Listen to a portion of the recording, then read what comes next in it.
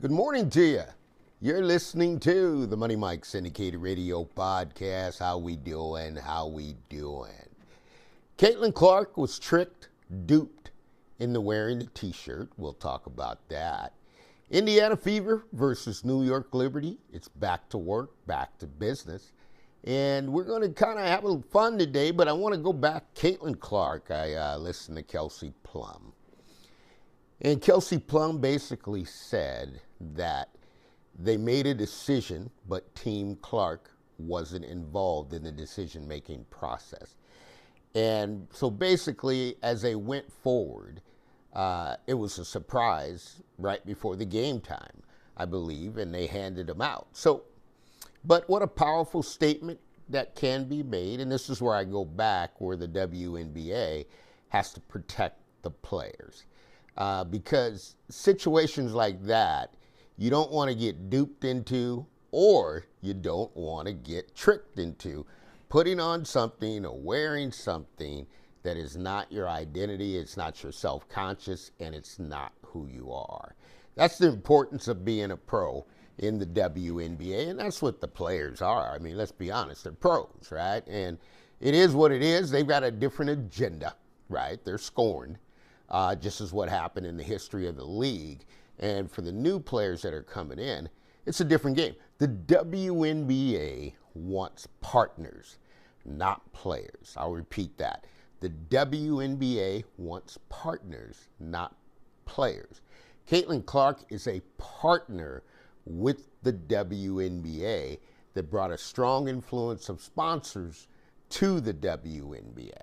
Right? So it's not being a player, it means you want to check and you want to be an employee.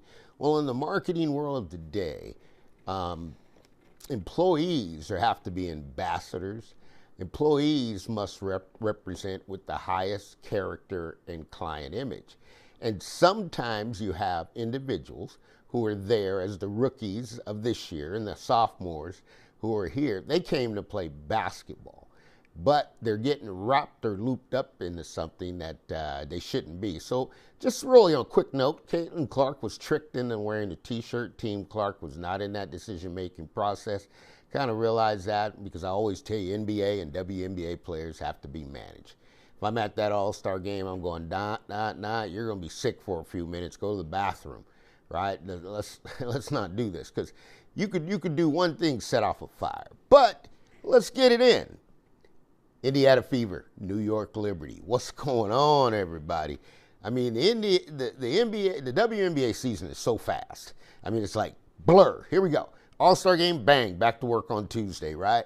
So you got the New York Liberty. What's going on with the New York Liberty? You got Ruthie Bolton, point guard, MVP candidate, Breanna Stewart. You got Ruthie Bolton, MVP, point guard, candidate, okay, Natasha Cloud. Then you're going to go a third route. You got it. Ruthie Bolton, MVP, point guard candidate, right? You got Anescu. So the front line is where it is. And Breanna Stewart is really just a phenomenal player. I mean, 6'4" point guard, right? She sets it. She moves it. The ball's moving. You're talking about Brondello. So the defense now, the last time they played, the defensive rotations were not very good for the Indiana Fever. And that was a challenge, right? Because when you play somebody like the New York Liberty, right, you got Stewart averages 19.7 a game. Stewart's going to be the next player. It's going to get you 6.9 rebounds a game. You're going to get to Natasha Cloud. Here's where it gets really interesting because I've seen Cloud take over a few games. It's going to be a tough work tonight for the Fever on the defensive end of the floor. If they can match that and come out of that man-to-man. I don't think they've ever really played the Fever, or the New York Liberty has played the Fever where the Fever went ahead and matched them man-to-man. I think they could do that tonight. And plus, you got to look at it, half of the entire New York Liberty team was at the All-Star game. So basically, they're probably just showing up, right? But you got also Anescu gets you 1.5 steals. That's good on the guard on the defensive end. Block Stewart comes in there at 1.4. So you look at that and you go back to the Fever, right? So the Fever got to make their move now. You got to make their move in the second half of the season. Obviously, you don't have Caitlin, but I got a lot of faith And I know God is an incredible God. God's a healer. And then Caitlin Clark will be back in the mix of this. And I don't want to change anything, but I always like to say the doctors are always practicing. They practice medicine, right? So you get to it. Who's leading the Fever now? Mitchell's been running wild. I mean, you got to give Mitchell some credit. She's in there at a 19.1 clip for the season. Boston, she's controlling the paint, getting 8 rebounds a game. Assists, well, 8.8, Caitlin Clark, but that's got to fall back now. McDonald, okay, Sydney Colson. Okay, you got to look at this a little bit different, and I know you like running Sophie Cunningham, but now it comes down to execution on offense.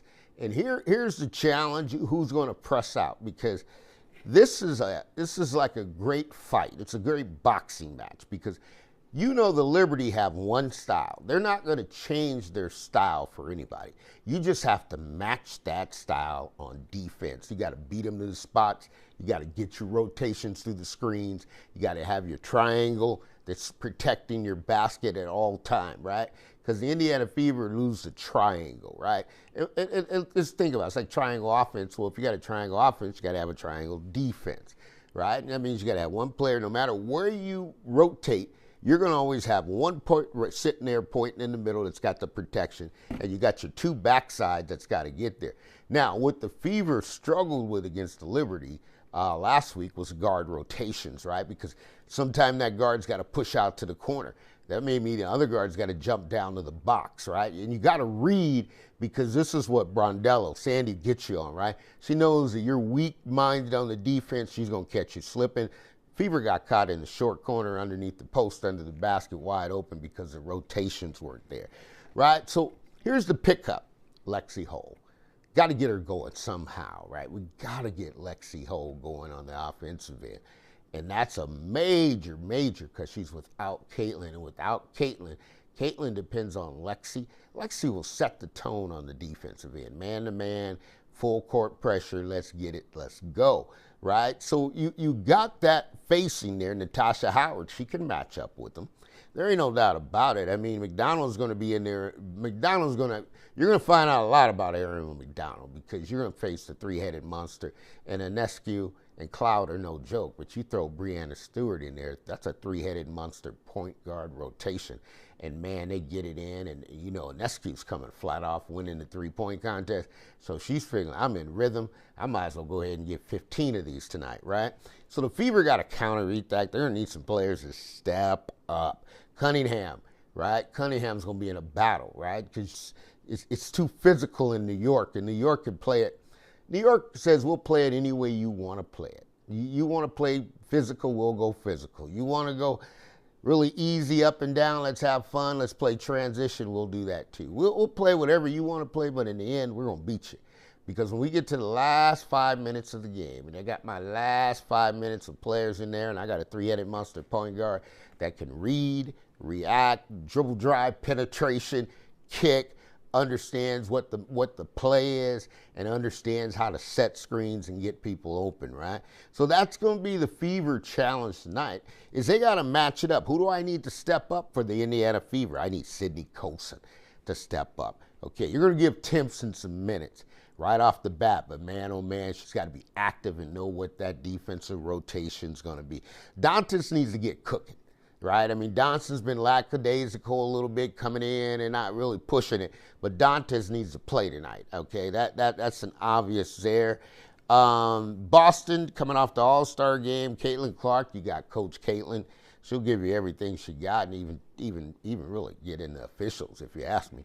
But Mitchell's going to be Mitchell. But Mitchell's had a little break, played the All-Star game, and Mitchell's the most important key to the puzzle, because Mitchell's got to sacrifice and also give the ball or get the assists up. Because, see, the lying tail that's sitting here, if I look at it from a WNBA scouting report, I have to have Mitchell get the assist up, and that's very, very important, right? She's got 2.7 a game. Mitchell needs to get that about 8, right? It's time to be a two-way. It's time to find people. We understand you can score. You got the complete game, Ohio State Buckeye. But now we need Mitchell to play a different role, and Mitchell got to get Lexi Hull going. I mean, sometimes, folks, always you're going to hear me say, we got to get this player going. What that means is some players, if you get them in the game and they ain't coming out the gate, they ain't touching the ball, they go a quarter, they haven't scored, they can't pick that up. You got other players who play in this league and say, okay, you shut me down for the first. Well, when Jewel Lloyd was up in Seattle, I don't know why they messed that up, but they messed it up. She could get cooking and get you 18 by herself in a quarter, right? So the Fever are going to have to battle. What does Vegas say? You know what? I look at this and I always try to understand what do they really say. They like the Fever. They're saying the Fever got a chance. They're only 9-point underdog, right? So they got a chance to do what they got to do. And if they jump on in there, they can make it happen. You got one, I believe, the MGM is down to 8.5. And some of you, for the sharps out there, we call them sharps. You know what? I think the Indiana Fever, going to be able to hang in there if they can get through the first through the third. If they can't, then they might find themselves in trouble. It's a bookie special, right? Because in Vegas, everybody's going to bet the Liberty. You got Wings and the Storm's going to tip it off as well. And again, the Storm is -8.5. They're the favorite. They're playing good ball. They'll get back. Skylar Diggins, Ruthie Bolton, point guard, MVP candidate. Then I'm going to bounce you back. You got the Lynx in the Sky, right? And Lynx in the Skies. Lynx are 11-point favored, been up as high as 13-point favored, but we'll see what happens, right? So that's the roundup. As I kind of mentioned, Caitlin Clark was duped into the T-shirt. Didn't know it. Kelsey Blum brought it out that they made a decision without her, threw her the T-shirt and said, here, put it on, right? That's where I'm talking about. These players have got to get protected. These guys got to have PR around them because you cannot throw it out there like that. This is the Money Mike Syndicated Radio podcast. We are up and going. All things are possible to those who believe. We got the WNBA project under Too Hot Radio, Too Hot Media Group under the umbrella of Rock Nation. We're getting it in, folks, and we appreciate you tuning in.